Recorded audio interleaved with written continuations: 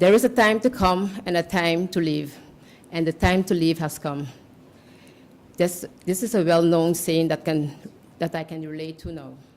The term of government that was appointed in November of 2015, of which I have been part of, has ended following the elections of September 26, 2016. A very short period of governance where government dealt with the ongoing concerns, while new issues, positive and challenging, had to be dealt with head-on. I am most grateful and humbled for the opportunity to have been asked and vetted to serve my country as the Minister of Tourism, Economic Affairs, Transport, and Telecommunication. I want to first start by giving thanks to the Almighty Father for giving me the strength, wisdom, and health to be able to take up this challenge. The Governor, Dr. Randus Eugene Holliday, for his professional working relationship and guidance, and I also would like to make use of this opportunity to congratulate him on his reappointment as the Governor. I wish him strength and wisdom. To my fellow colleague ministers of the ongoing Marlin Cabinet, thanks for your support and understanding. Ladies and gentlemen, it will be remiss of me not to single out at this time the Member of Parliament, MP Sylvia Motzer, who approached me and asked if I wanted to serve our island as the Minister of Tourism, Economic Affairs, Transportation, and Telecommunication during a very tumultuous time in our political history since acquiring our new status some 6 years ago. Let it be clear that this request and my consent to serve was done on the basis of my professional merits.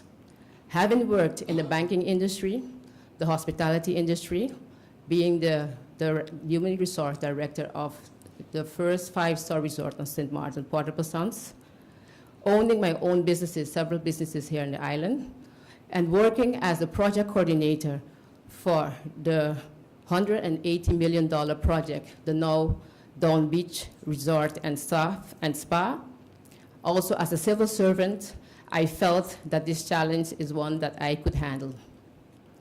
Thank you, MP Matzer, for your confidence and for your support during the government term, and also for your vision and wisdom for this island.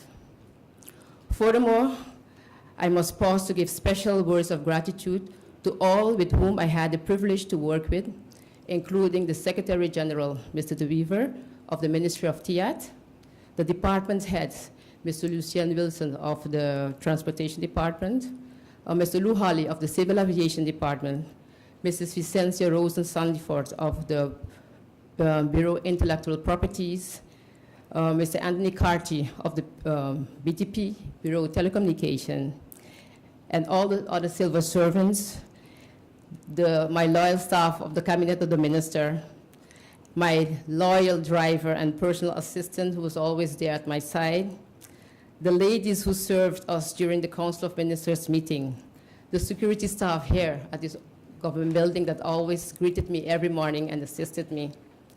I also would want to thank the managing directors and staff of the government-owned companies, Mr. Mark Mingo, Bertrand Peters, Ishel Musikan of the Harbor Holding Company, Mr. Peterson of the caretaker of the Airport Holding Company, the supervisory board of the PJIA, the managing director, the acting director, Mr. Larry Dunker, and Susie Cortecomo, and all the other staff that I had the privilege of working with.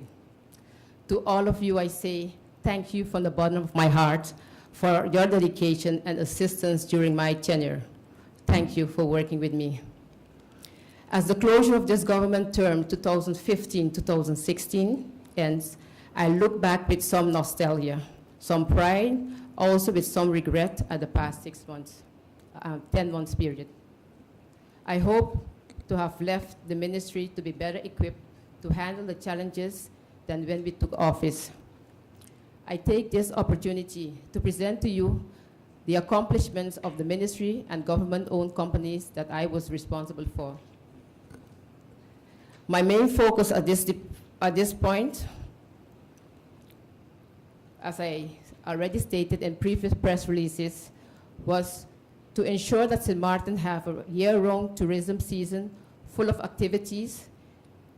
And one of them was to continue with the St. Martin Henry Regatta, the Carnival in April and May, and also we started with the introduction of the St. Martin Music Festival.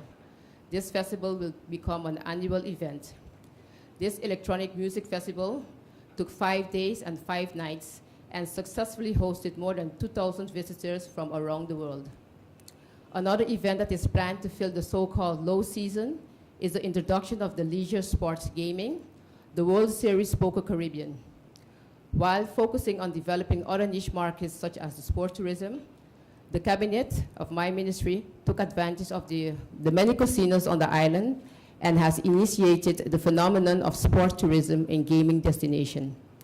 Sport tourism in the gaming industry is one of the fastest growing segments of the tourism industry that can have an economic impact on the host city. Government approved the initiative of Royal Casino to host the first ever World Series of Poker Caribbean destination for 2016. The island will be portrayed as the leading destination for gaming in the region. The event will bring the most highly skilled poker players from around the world to participate in the most prestigious poker tournament in the World Caribbean edition.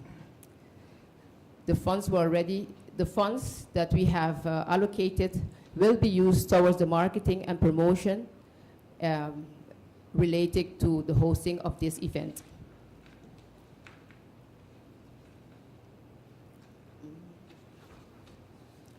I would also like to highlight some of the accomplishments.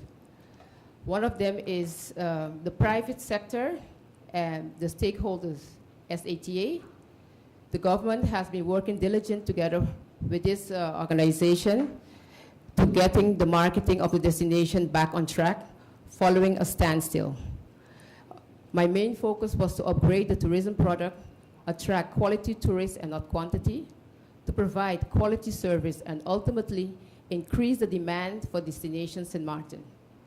The activities that were geared towards achieving these goals were the Cooperative Marketing Campaign 2016 with Expedia Solution and TripAdvisor. That was a private-public initiative with the SCCA that was launched in the month of May 2016, and that ended, and it will end the end of this month, October 2016. This marketing initiative have shown significant increases in online bookings with an overall double-digit growth of plus 14% and a monthly overall growth of up to 65%. Another initiative that I have worked on is the marketing support for the Sunwing Vacation Cooperative Marketing Company. The Sunwing offers value-added holiday packages from Canada to St. Martin. While we did this was due to the fact that the Canadian market is the second largest group of stayover tourism to St. Martin after the United States. Furthermore, the Sunwing Travel Group had made a presentation to government and proposed their plans for their company, Blue Diamond Hotel and Casino, to invest in St. Martin by building a 450-room, 5-star, all-inclusive hotel at the Indigo Bay. We are awaiting a response from the legal representative, and I do hope that the incoming government, the minister, will look into this matter and execute the project as was planned. In order to continue marketing the destination and putting more heads on beds, we have appointed the Avia reps in the European market, the Benelux market, to market Destination St. Martin for a period of three years. This was also mentioned in the media before. Also, recently we appointed Spring O'Brien, a subdivision of the Myriad Advertising, to advertise St. Martin in the North American market. The bidding process that was started in April 2015 was finalized, and we recently approved the marketing firm for a 3-year period commencing November until 2019. The representation in the South American market is being finalized, and the firm Inter-America that was previously engaged in the marketing of this destination will be the marketing firm that will continue marketing this destination. Another initiative that I had in upgrading the tourism product for the island was the Phillipsburg Infrastructure Improvement Project. This was a beautification and upgrading of the front street and back street. The funds were approved for this initiative, and there were a lot of media coverage and groundbreaking with this regard. I am just awaiting the final letter to be signed off in order for Windward Roads to start with the improvement of the project and the roads. Regarding the St. Martin Tourism Authority, this authority was a highly anticipated and long-awaited entity. The situation as it is now, as you know, the interim director received a letter stating that he was chosen to be the one to head this entity. However, due to many, let's say, publicity, interference, we have decided to have legal vet look at the articles of incorporation and see how we should move forward. Another step that has been taken is to prepare a service letter agreement where the funds that are allotted to the St. Martin Bureau will be transferred to the STA. These two requests are presently at the Legal Affairs Department for advice, and once the advice is given, I will inform, or whoever will inform the public as to the way moving forward. Regarding the cruise industry also, I can state that I have welcomed the Norwegian Cruise Lines vessels in their inaugural visit in July. And also Port St. Martin is preparing for the MSC Cruises next generation ship and plans to discuss strategic agreements with the MSC Cruise Lines. The focus here is with the cruise industry. We have heard many times that the cruise ships are leaving. However, the focus that we have is to attract larger cruise ships and more luxurious cruise ships.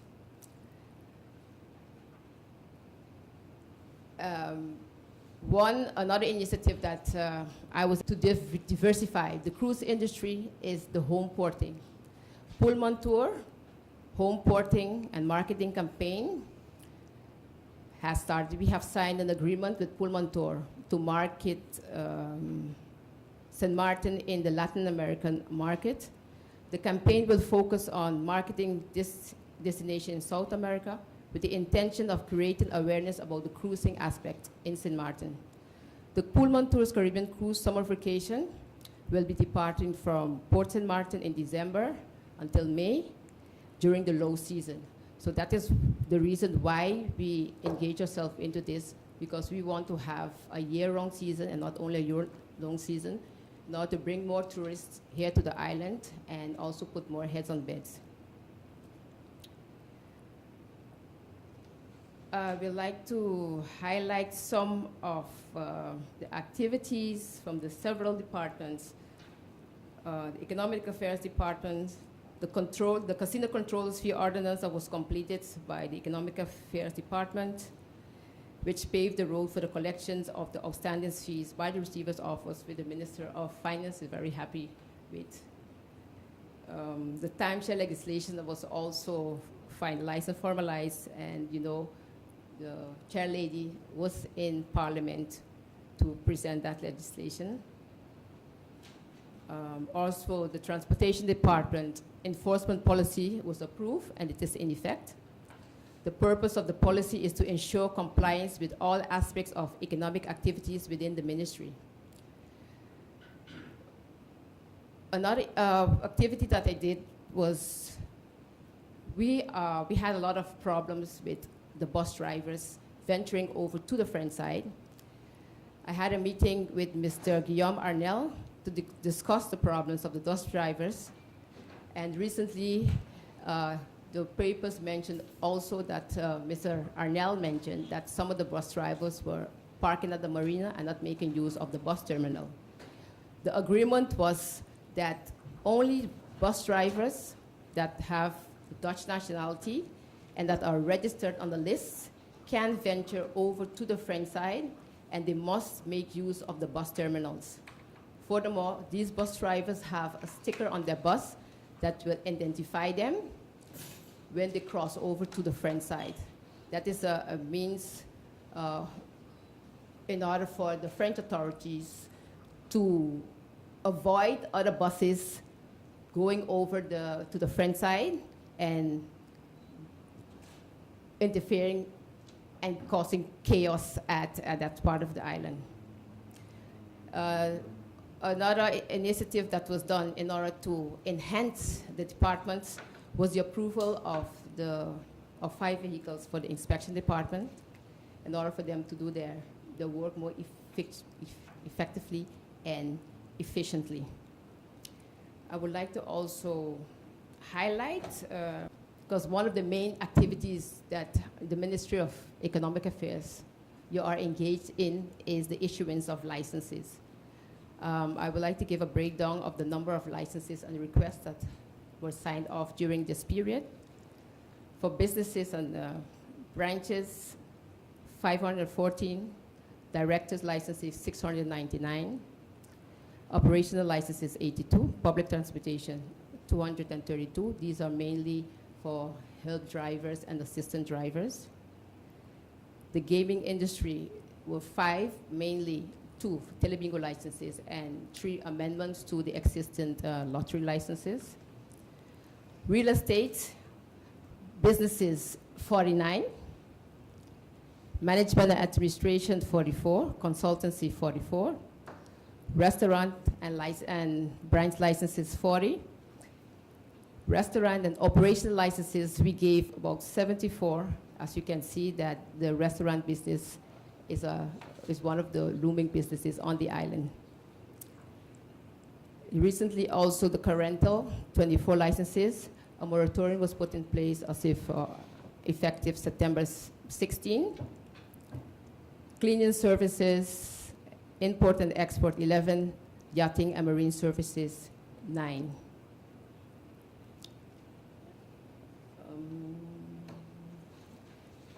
In conclusion, I would like to thank my colleague again, the Council of Ministers, for working with me on my achievements, and those of you that are running, that are returning, I wish you much success.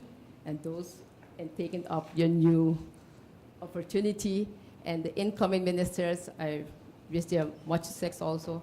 And, I beg pardon?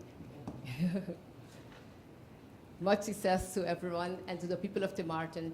Thank you for having me, your outgoing Minister of Tourism, Economic Affairs, Transportation, and Telecommunication. God bless you all. Thank you. I was deceived about the nature of my job. I was abducted and sold.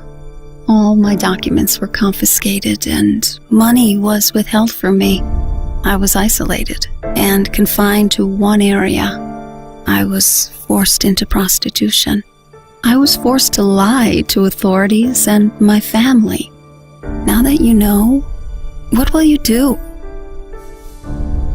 You can help by calling the National Reporting Bureau on Human Trafficking at 542-1553 or send email to naticotip@gmail.com. Human trafficking and exploitation. Please report it.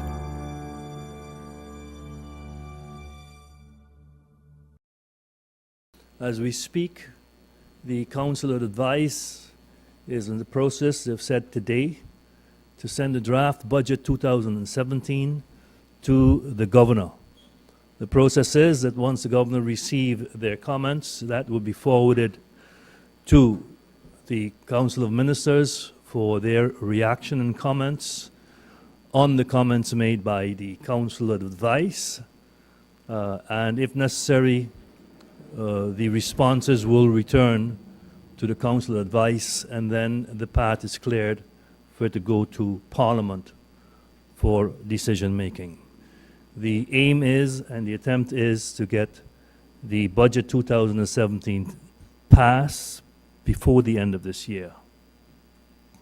I also like to report that the dividends from the central bank to the tune of 9.2 million has been received, which is, of course, welcome news. And as I reported before, as far as casinos are concerned, the casinos, according to reports I received from the island receiver, have paid down substantially on their arrears and have all signed agreements for monthly payments going forward. So that too is on track. The CFC wrote its mid-year report on the financial situation of St. Martin and identified that the income, the revenues we had projected for 2016 is not keeping track with what has been projected. The economic, worldwide economic decline, loss of cruise ships, decline in payment of TOT because of less business activity has had its impact on revenues for this year. As a result, the CFC reported to the Kingdom government that the budget 2016 no longer meets the norms of the Kingdom law on supervision. And as a result, they recommended that St. Martin no longer is in a position to borrow. The letter written by the CFC to the Kingdom government is one that I do not support, I do not agree with. They do not take into consideration information that we've provided, including the expectation of the payment of the dividend from the central bank. Not only that, but the other windfall that will be coming in is from the amassed revenues from water reserves from GBE, for which there is a fixed proposal on the table, and hopefully next week that will be finalized. That will also produce another 17 million guilders in income.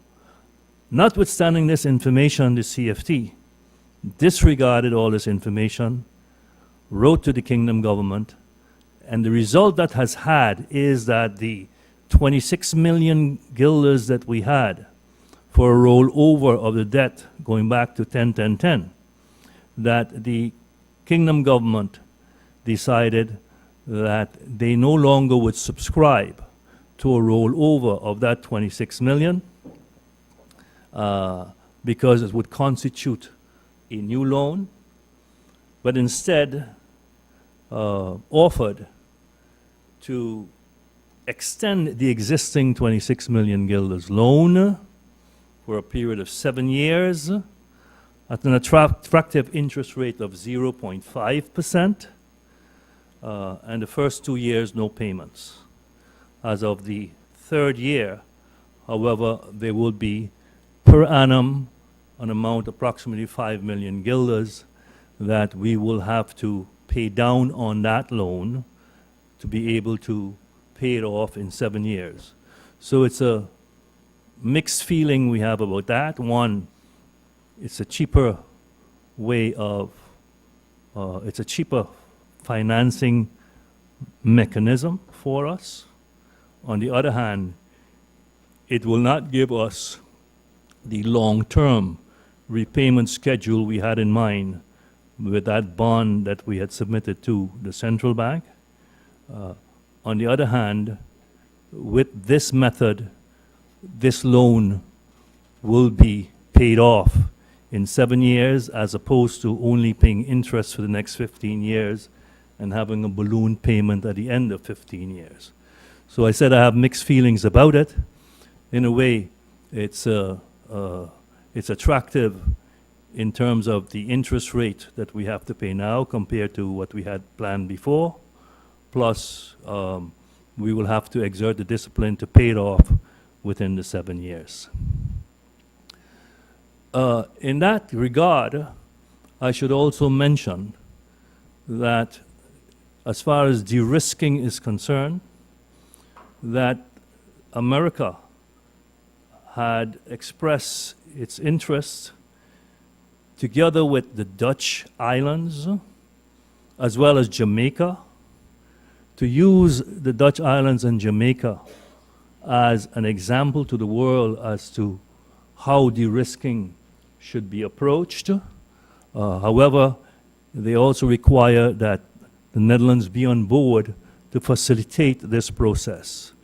All of the Dutch islands have agreed to go down this process. However, the Netherlands has some hesitation as far as it's concerned, and we're waiting for finalization of their decision to move forward with this.